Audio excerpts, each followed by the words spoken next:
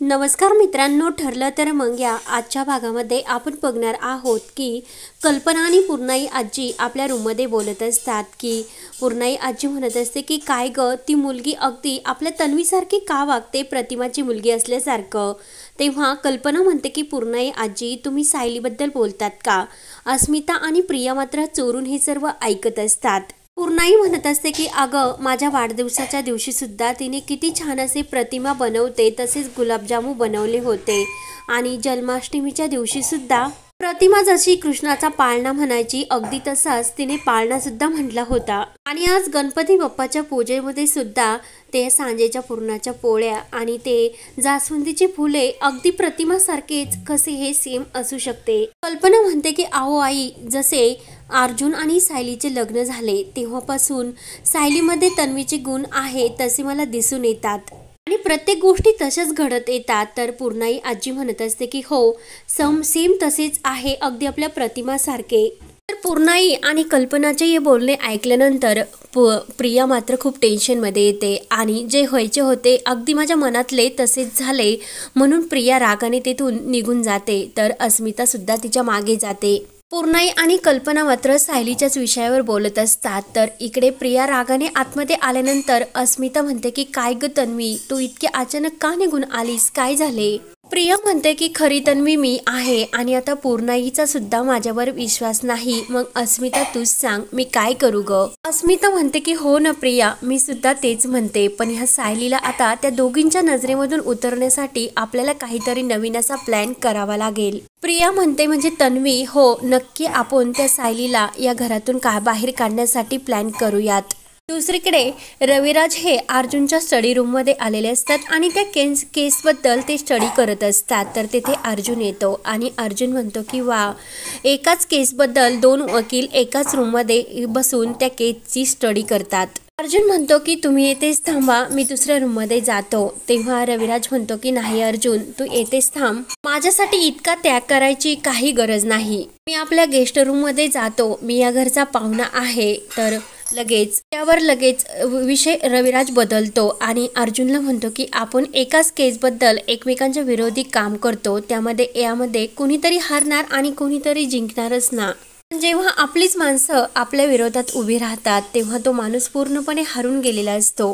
तर लगेच अर्जुन रविराजला म्हणतो की पण त्यासाठी सुद्धा आपल्या जवळचं कोण आणि आपलं परक कोण हा भेद तर कळायला नको का. अर्जुन म्हणतो की किल्लेदार, तुम्हाला या गोष्टीबद्दल माहीतच असेल की लहानपणापासून आपण एखाद्या व्यक्तीला आपल्या जवळचे मानतो, आपुलकीने आपलं सर्व प्रेम आपण त्या व्यक्तीला देतो, पण मोठे झाल्यानंतर आपल्याला समजते की ती व्यक्ती आपली नव्हती. तर लगेच रविराज मुद्दाम अर्जुनला टोमणे देत बोलतो की ज्या माणसाने हे निर्णय घेतले आहे तोच माणूस आज मला बोलतो. सायली मात्र या दोघांचे बोलणे ऐकते आणि तिला खरंच खूप वाईट वाटते, कारण माझ्यामुळे म्हणजे सायलीमुळे त्यांच्या दोघांमध्ये वाईटपणा आल्या असे तिला वाईट वाटत असते. रविराज म्हणत असतो की अर्जुन, तुझ्या मनामध्ये माझ्याविषयी जो गैरसमज आणि माझ्या मनामध्ये जो गैरसमज झाला आहे तर आपले हे जीवन असेच विरोधात कायम राहील असे वाटते. तेव्हा लगेच रविराज आणि अर्जुन एकमेकांकडे बघत असतात आणि सायलीला आणखीनच वाईट वाटत असते. सायली पुढे येते आणि त्या दोघांना म्हणते की घरामध्ये आता बाप्पा आले, त्यामुळे तुम्ही प्लीज वाद घालू नका. तेव्हा अर्जुन म्हणतो की नाही, आम्ही वाद नाही घालत मिस सायली म्हणते की मी तुमच्या सर्वचे दोघांचे बोलणे ऐकले, त्यामुळे प्लीज शांतता घ्या. रविराज मात्र रागाने सायलीला विचारतो की हे सर्व तू मला ऐकवते की त्याला.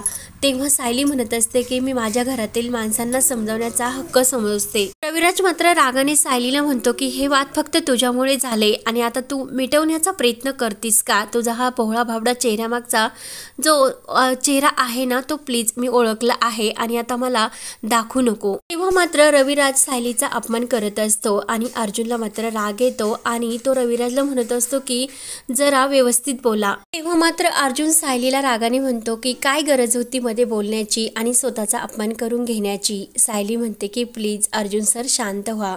तर अर्जुन रागाने बाहेर निघून जातो. त्यानंतर इकडे साक्षी, महिपत, रविराज आणि राकेश हे बसलेले असतात. तेवढ्यात प्रियाचा फोन हा रविराज म्हणजे नागराजच्या मोबाईलवर येतो. तेव्हा महिपत म्हणतो की फोन हा स्पीकरवर ठेव. तेव्हा लगेच प्रिया म्हणत असते की सायली हीच तन्वी असल्यासारखंच या घरामध्ये वागते आणि सर्वांना वाटते की सायली हीच तन्वी आहे आणि काय करावे ते मला आता समजत नाही। तेव्हा लगेच नागराज म्हणतो की त्यांच्याकडे तसे काही पुरावे तर नाही ना।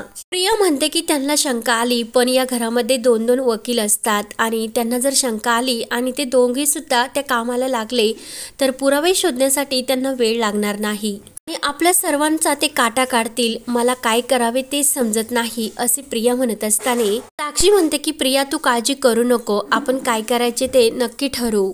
प्रिया म्हणते की येथे माझे मरण झाले, काय करू ते मला समजाना।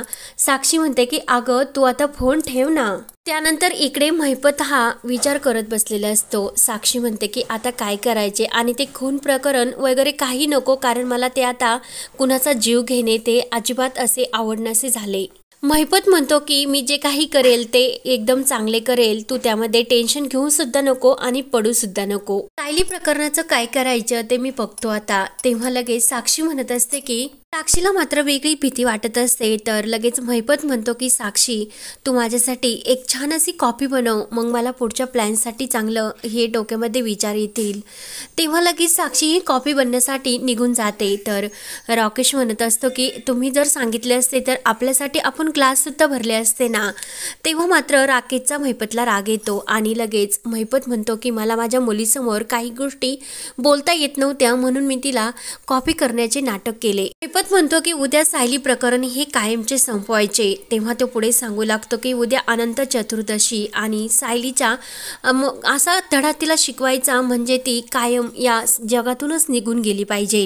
राकेश आणि महिपत हे घाबरल्यासारखे महिपतकडे बघत असतात। नागराजला सुद्धा खूप भीती वाटलेली असते। त्यानंतर दुसऱ्या दिवशी सकाळी सर्वजण अनंत चतुर्थीची सर्वजण छान तयार होतात। तर लगेच त्यावेळी तेथे चैतन्य येतो आणि माझी काही मदत होईल का असे सर्वांना विचारतो। सर्वजण चैतन्यकडे आश्चर्याने बघत असतात। तेव्हा मात्र कल्पना म्हणते की अरे 9 दिवस तर तू आला नाही, पण शेवटच्या दिवशी मात्र नक्की आलाच, बरे झाले। तेव्हा चैतन्य म्हणतो की कामच असे होते, मला येण्यासाठी वेळ नाही भेटला।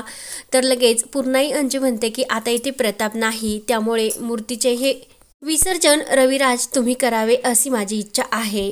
रविराज म्हणतो की पूर्णाई आजी ज्याने प्राण प्रतिष्ठा केली त्यानेच विसर्जन करावी अशी प्रथा आहे ना। दुसरीकडे महिपत हा सायलीचा फोटो दाखवून त्याच्या गुंडांना सांगत असतो की आज ह्या सायलीला मारायचे म्हणजे मारायचे। तेवढ्यात तेथे नागराज आणि राकेश येतात। महिपत म्हणतो की आपल्याला आता ही सायली प्रकरण जास्त महत्वाने हाताळावे लागेल, नाहीतर नजरहटी दुर्घटना घटी असे काहीतरी व्हायला नको। त्यानंतर इकडे पूर्णाईजी म्हणत असते की आता आपल्याला जी शिदोरी आहे ना ती बाप्पा पुढे ठेवावी लागेल।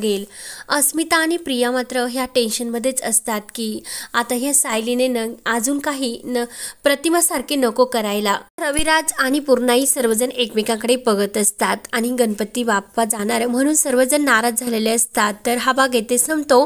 पुढील भागामध्ये सर्वजण मस्त असे मिरवणुकीत डान्स करत चाललेले असतात। सायलीवर अचानक महिपतने पाठवलेला गुंड चाकूने वार करतो। तेव्हा लगेच अर्जुन तेथे येतो आणि तो गुंड दुसरा वार करणार म्हणून लगेच अर्जुन आपल्या हाताने तो चाकू आपल्या हातामध्ये धरतो। तेव्हा अर्जुनच्या हाताला जखम होऊन त्यामधून रक्त येऊ लागते आणि ते रक्त धारातीर्थ कोसळलेल्या सायलीच्या कपाळावर म्हणजे तिच्या भांगेत पडते। तेव्हा मात्र आता इथून पुढे सायलीचा जीव कसा वाचणार आणि देवकृपेने सायली आणि अर्जुन परत एकत्र कसे येतात ते पाहण्यासाठी आपल्या चॅनलला नक्की सबस्क्राईब करत राहा। धन्यवाद।